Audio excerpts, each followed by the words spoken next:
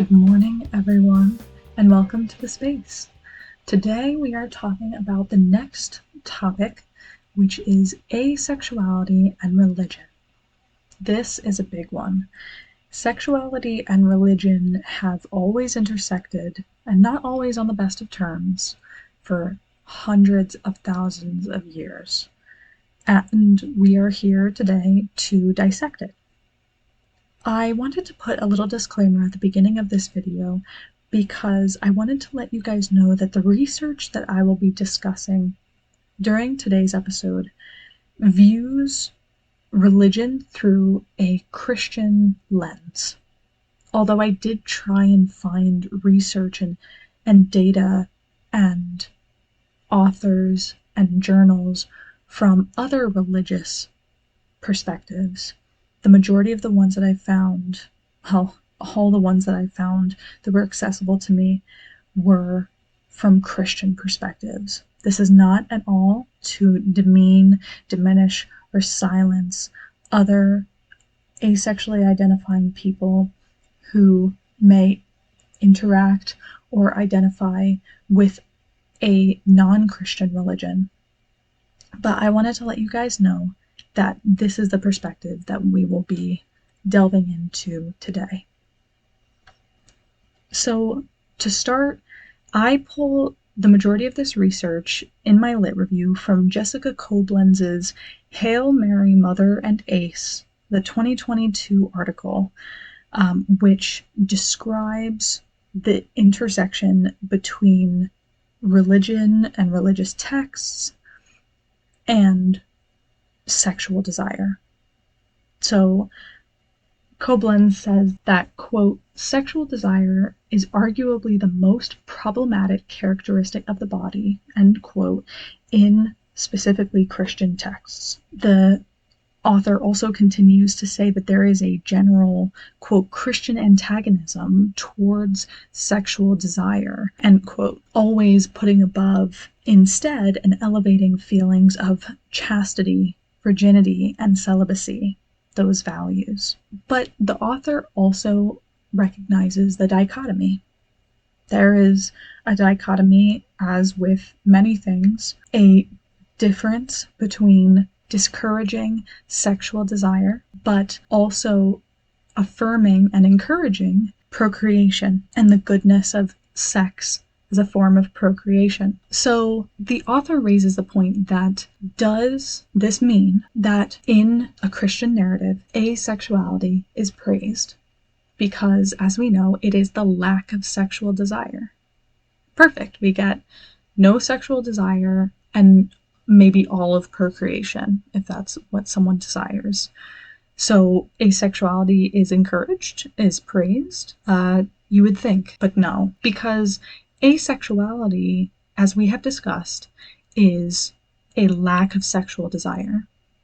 That is not a choice, unlike the lifestyle choices and values that is virginity, chastity, and celibacy, and as well as abstinence. So the definition of asexuality discludes those who dismiss or reject sex altogether, because that is a choice to remain sexless in behavior rather than sexless in desire.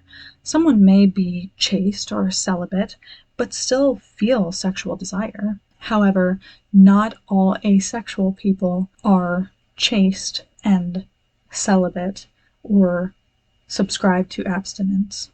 And not all chaste or celibate people are asexual. That is the misunderstanding. So again, celibacy, abstinence, virginity, those are all choices and attitudes regarding sexual behavior. That does not include asexuality, because, as we have discussed, asexuality is not a choice. So what does this do? Well, because of the dichotomy of Christian themes that villainize sexual desire with also idealizing sexual behavior with the intent of procreation, it conditionalizes asexuality. So no sexual desire is good, but no sexual behavior is bad because there is the inherent value of procreation, of the creation of children. And this also goes back to religious gender norms and how men and women are put into certain religious gender roles. And let's look at men. And we discussed this a little bit in our episode where we talked about asexuality and gender. Men are thought to be strong providers, manly, masculine, and that is equated to a strong sexual presence, a strong presence of sexual behavior.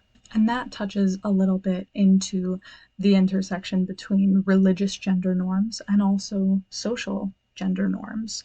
Because while men are thought to be strong providers and very masculine, there is also a sense of sexual demurement and sexual humility that is conveyed in such Christian religious texts that Koblenz mentions. With women, the figure of Mary, the Blessed Mother of Jesus, is elevated as the ideal for female sexuality. There is a sexual demurement, innocence, and purity. Now, those are two very black or white, very seemingly cold-cut gendered norms.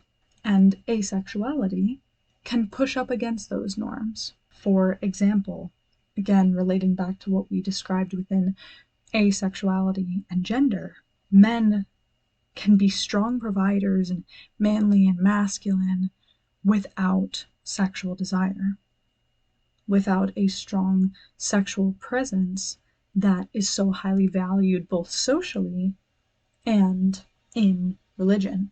For women, sexual demurement and innocence and purity, that can be misunderstood as asexuality.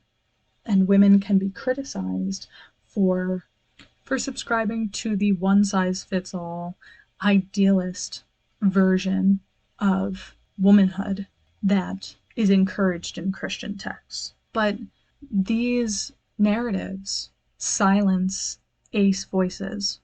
So the two that I just provided for you, for men and women, the assumption that X means Y, the assumption that A equals B, silences ace perspectives. And to a larger extent, as we discussed again with asexuality and gender, silences a whole host of experiences that go beyond asexuality and that go beyond gender. Again, as I described, sexuality and its intersection with religion has been a point of contention for many, many years. And how confusing to navigate, right? Like, asexuality being both criticized and praised, again, as what I described, conditionalizing it. Conditionalizing, oh, you're celibate, you're abstinent, that's great. That praise you for your lack of sexual desire, that choice, which again, it's not. So that misunderstanding then also leads to that fateful moment when maybe someone else finds out that that can mean, for some asexuals, that there is no sexual behavior at all. And that is the point of contention. That is when the Christian religious narrative is also intertwined with assumptions of allosexuality and allonormativity. How confusing. And there is so much more that could be said for this topic. So much more that can be described. And I would love to get your thoughts on it, because I'm trying to think of where we go from here. And I honestly don't know, because with religion and its relationship with sexuality, that's a tough nut to crack. It's something tough to talk about. It's something tough to interact with, engage with, participate in. And by filling in the gaps with research, conversation, experience, discussions, knowledge, anything, I think we can get a little bit closer to understanding, a little bit closer to unconditional understanding and unconditional community. And I go back to what our interviewee, Freddie, described, where it must feel like undercover, right? But in such a confused place of like, am I accepted in my religious community? Am I not? Oh, I am because, well, maybe I'm not thought of to be like person X, you know, or maybe I'm not accepted because I am thought to be like person Y based off of sexuality alone. And how confusing it must be to navigate that kind of experience in having your identity conditionalized like that. Where, yes, it's kind of good or it's kind of bad, or, you know, talk about idols. Am I like Mary? Maybe I'm like Eve. Am I like Joseph? Am I like Adam? Am I X? Am I Y? Am I A? Am I B? In a world where so many things, so many people try and tell you who you are, it can be really hard to find out. And communities, all kinds of communities, shed just a little light onto that part. And yes, there will be weeds. There is going to be mud. There is going to be forests so deep and dark, and mountains so terrible and high that you may never think you see the end. But little by little, the light peeks through.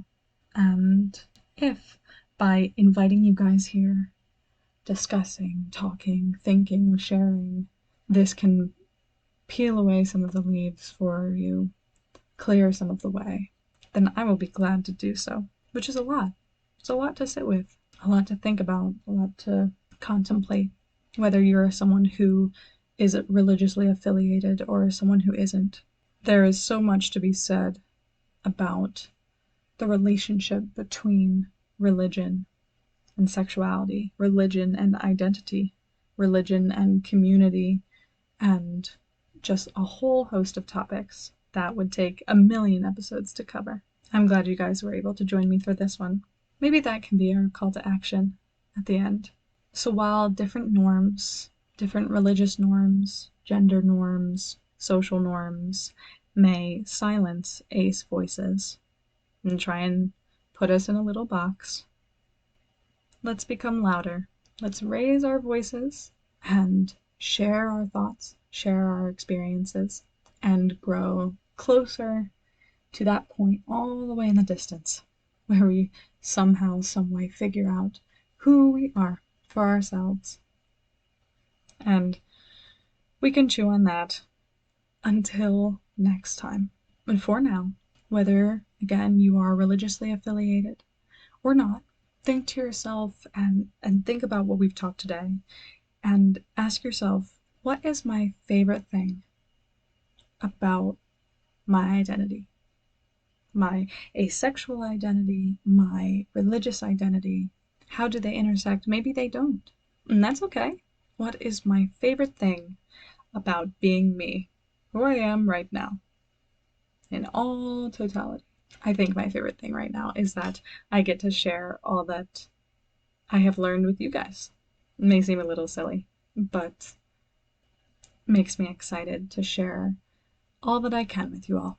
So let me know in the comments. I really do love it when you guys comment. And thank you so much for joining me again. So until next time, we'll see you again here at the space.